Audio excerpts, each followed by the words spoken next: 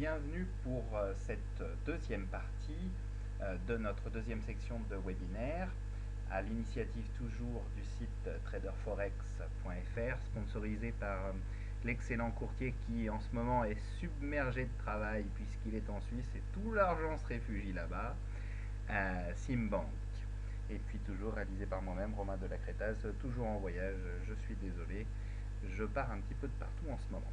Alors, comme on va le voir, la dernière fois ce qu'on avait vu c'était une technique à utiliser avec le stochastique qui est bien évidemment un peu meilleure quand c'est sans tendance, mais on va voir qu'avec la gestion des risques, c'est pas forcément une obligation. Néanmoins, l'idée c'est de vous montrer différentes techniques de trading.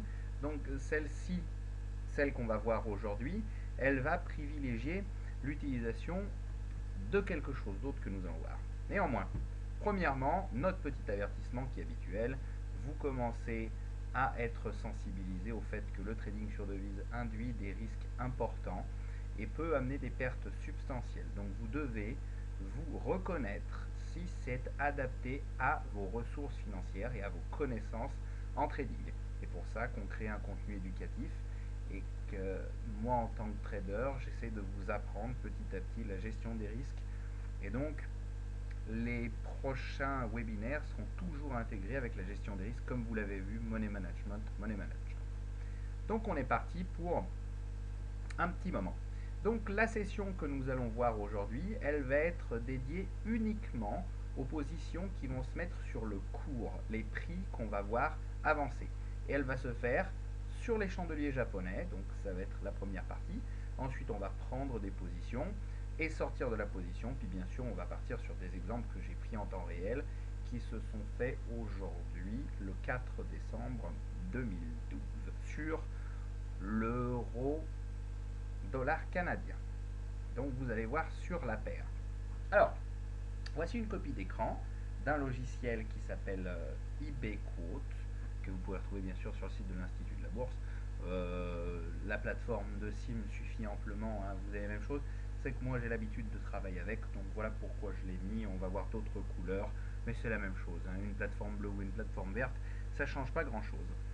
Alors, au niveau des chandeliers japonais, ce qui est important à regarder et ce que je vais vous montrer, c'est ce que souvent les traders débutants et les analystes ne voient pas, et ce que nous en tant que traders professionnels on s'attache à regarder. Alors, ce qui est important dans la définition d'un chandelier, c'est que vous avez un chandelier souvent qui est soit blanc, soit vert, qui est considéré comme un chandelier haussier, et puis un chandelier qui lui est soit rouge, soit noir. Les couleurs, hein, vous pouvez les changer bien sûr, mais voilà les couleurs conventionnelles, qui lui va être baissier. Alors, ça marche de cette manière-là. Ici, à gauche, vous avez le cours d'ouverture, et quand c'est vert ou que c'est blanc, la clôture est plus haute, c'est-à-dire voilà un chandelier haussier. Et l'ombre acheteuse est toujours en bas quoi qu'il arrive, l'ombre vendeuse est toujours en haut. L'inverse, c'est le chandelier qui est baissier et qui lui a un corps vendeur avec une ouverture qui est plus haute que la clôture, ce qui fait qu'on a une journée qui sera négative et ici une journée qui sera positive. Alors, nous, en tant que trader professionnel, on ne va pas s'attacher à regarder la couleur ou quoi que ce soit, même si ça a une certaine importance, on va s'attacher à regarder les ombres.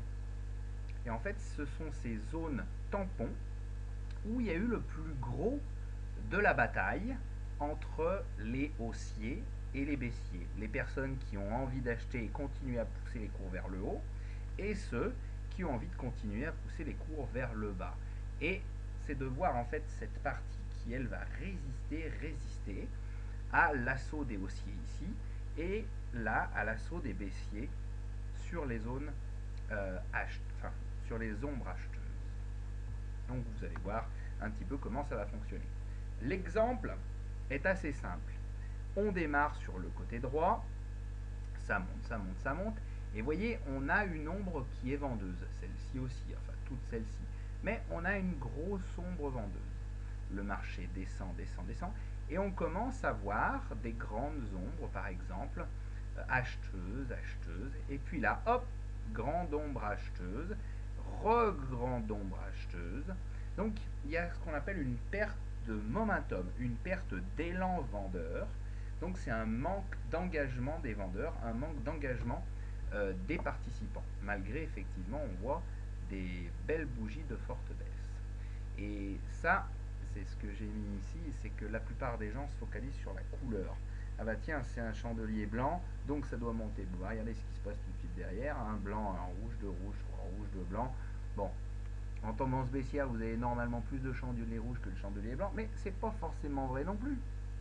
Donc, se focaliser sur la couleur n'est pas forcément un atout et c'est certainement pas ce que nous on utilise. On va aller aujourd'hui s'attacher à regarder ces zones où le momentum, l'élan baissier ou haussier, commence à manquer d'engagement. Donc s'il y a de moins en moins d'acheteurs quand ça monte, à un moment, généralement, les vendeurs reprennent le dessus. Et inversement, quand il y a de moins en moins d'engouement, d'élan à la vente, on va voir les acheteurs revenir dans la course. Alors, le graphique que j'ai pris, c'est aujourd'hui un graphique bien sûr journalier. Donc on va changer le money management de la dernière fois, mais vous allez voir qu'on va toujours rester exactement les mêmes modes de calcul. On va prendre un risque qui sera supérieur puisque là on va investir à la journée. Donc c'est des bougies qui sont journalières, daily. Alors, regardez ce qui s'est passé. On est exactement sur le même graphique que tout à l'heure et vous avez vu qu'il y a eu une perte de momentum, un regain haussier avec une belle bougie blanche et paf, paf, paf, paf, grosse montée.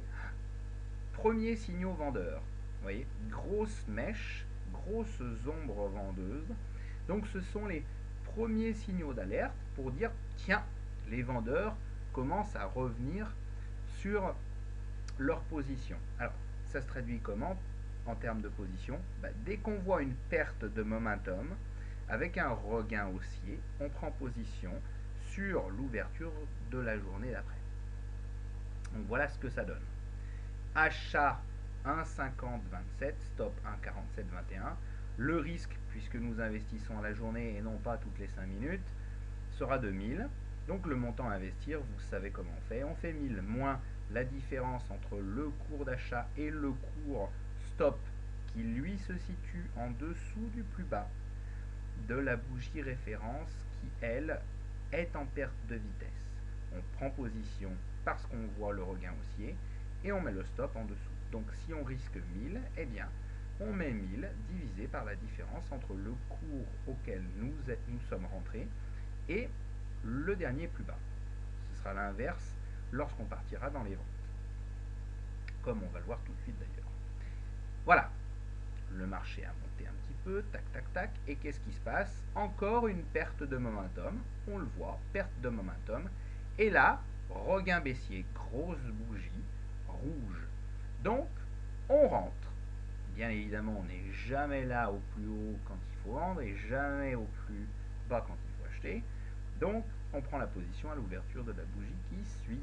Et on descend, descend, descend. Et là, tac, tac, ça commence à avoir effectivement des mèches, donc une pression, ça descend pas et les acheteurs commencent à revenir et empêchent les vendeurs de pousser les cours plus bas, d'où effectivement on retrouve ces mèches.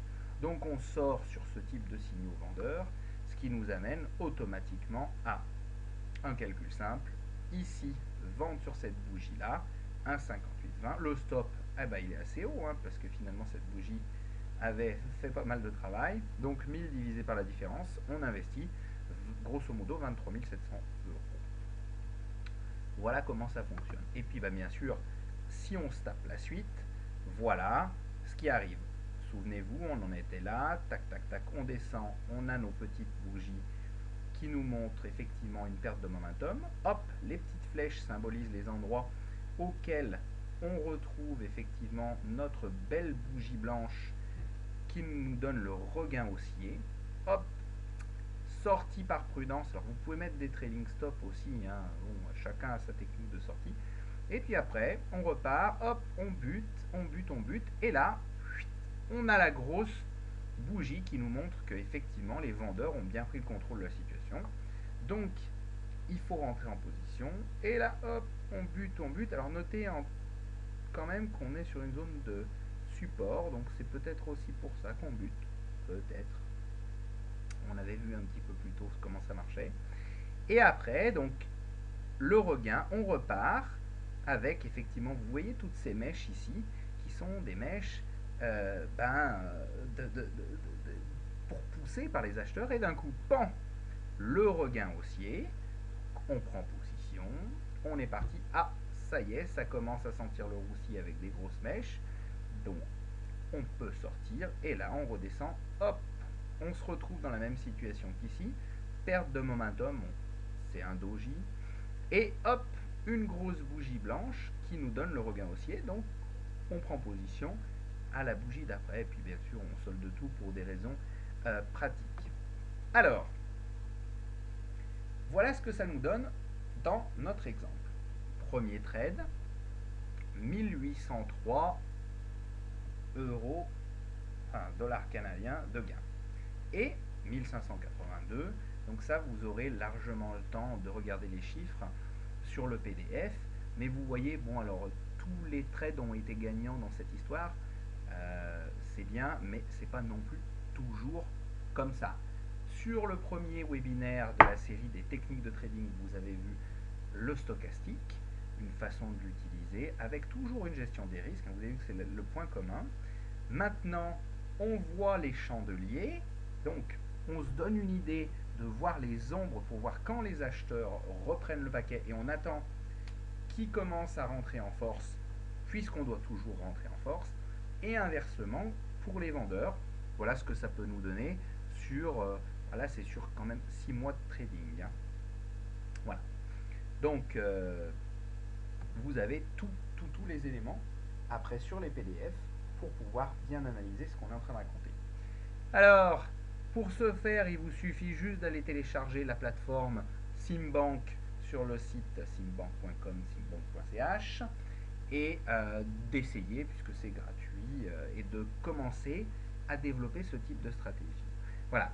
Pour vous remercier encore de suivre ces webinaires, merci à Trader Forex, à Simbank et puis à l'Institut de la Bourse de pouvoir vous proposer ce type de webinaire. Merci et à bientôt.